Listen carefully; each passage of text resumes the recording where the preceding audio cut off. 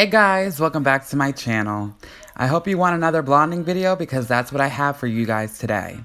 My client just had her hair professionally done about a month ago. She had a level 2 soft black put on the first several inches of the hair and then a blue unknown direct dye on the ends. As you see in the back, only it faded very weird and green. Me being the color specialist I am, I believe her hair wasn't lightened high enough to a level 10, and the yellow underlying pigment of the hair mixed with the blue color, and when you mix blue and yellow, what do you guys get? Shades of Green, green. So today I have a lot to deal with, and if I'm going to be honest, what I'm worried about the most is that permanent level 2 dye on the first several inches of hair. Oh, it's a lot to do, but sit back, get a drink, grab a snack, and get ready because we have a lot of hair to correct here today.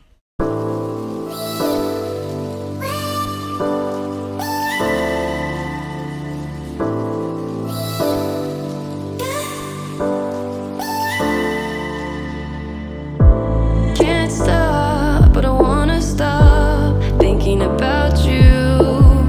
So I decided I was going to tackle this with a very tightly packed baby light with minimal subsections, which means not a lot of hair left in between.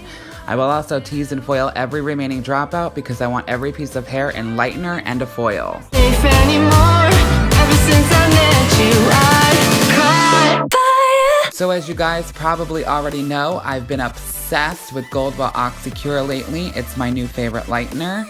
Great consistency, great lift, and gentle on the hair, totally worth the money. I am currently using 20 volume on all of my baby light foils, and I'm going to do that on the entire head. I don't want anything higher than a 20 in the baby light foils, and 30 volume on the teased dropouts on every single piece of the teased dropout hair. Of course, I have to add I am using a 16th ounce of Olaplex, my liquid gold, in every single bowl of lightener because it's built into my pricing, and it's non-negotiable.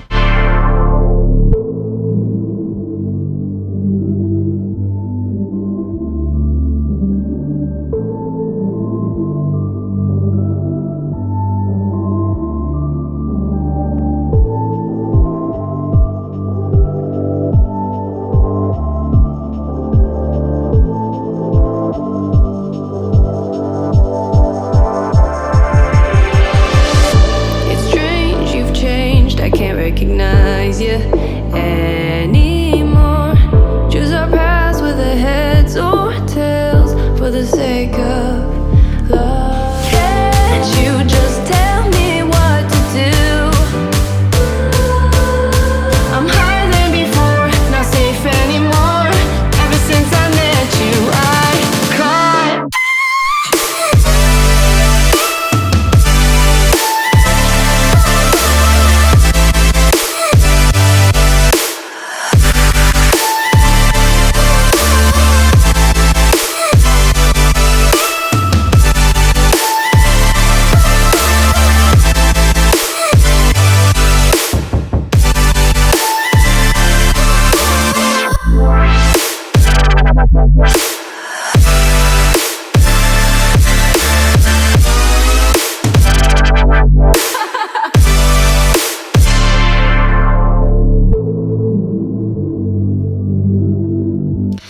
Also, I wanted to add that she had her hair done about a month ago and she has about, I'd say a half an inch of regrowth, and she's a natural level 6, which is the lightest brown, and if I touch that new growth with lightener, it will lighten it to a level 10 quickly and will only give me another problem to tackle today in this session, so I'm feathering the lightener up, but I'm not touching that virgin hair.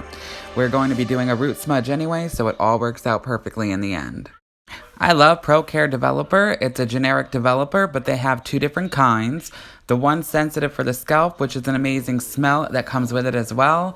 And it's more runny, which I love because it keeps my lightener more movable and not thick, and it prevents it from swelling too much. And they have the regular one, which I'm using here today. And it doesn't have a smell and it's a little bit more creamy, but they're both really good. My opinion is it's good to use a dedicated developer for most brands like Blommy Lightener and stuff like that, and some of the Redken bleaches. But in my opinion, it's okay to use a generic with certain brands. Goldwell Oxycur is the perfect consistency for me with this developer, and I love it and it works really well with it. And remember, we're all entitled to our own opinions.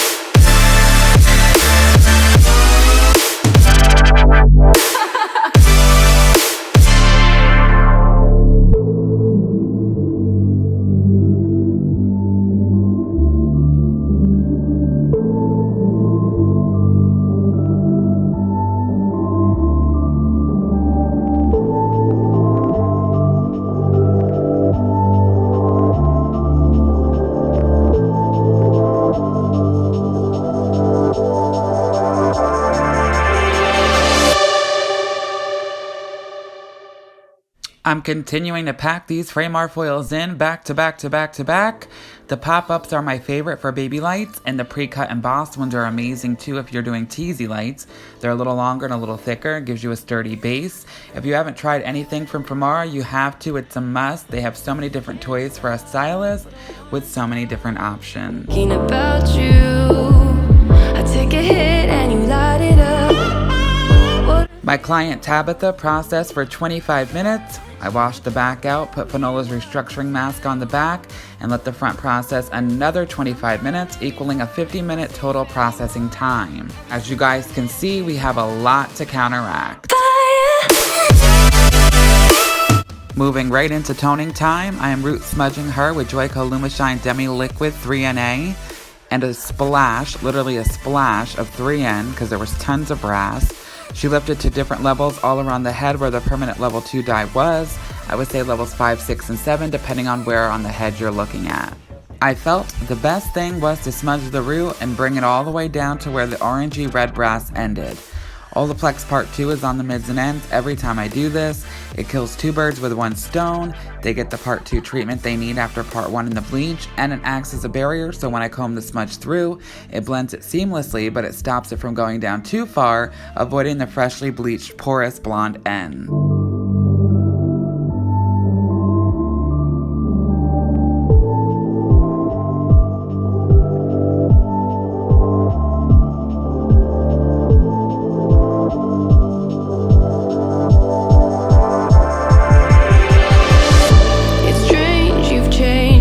Recognize you anymore. Choose our paths with the heads or tails for the sake of. As you can see, we got amazing even lift on the ends and the back, but both sides have a little color left. It all goes back to the before when we started. The back was faded to a light greenish color and the sides still had darker blue and not faded as much. I let her process for 10 minutes before I brought her back to the bowl and washed out the Olaplex treatment, and then toned her all over while leaving the smudge on.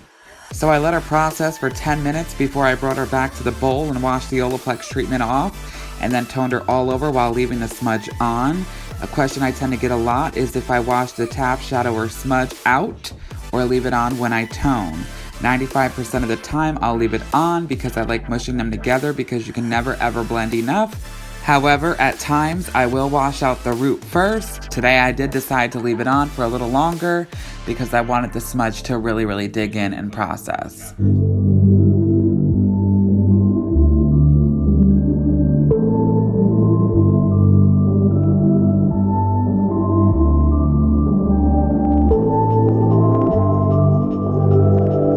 Oh my God, you guys, can you believe your eyes? It's like the night and day compared to what we started with. It's not perfect and it's not our goal, but it's way better than we anticipated. Talk about a beautiful shade of blonde. However, the roots still look really warm, but when you're working through black permanent color, that's just what you're gonna get. We took 1.5 inches off, did a lot of point cutting, and also added a face frame.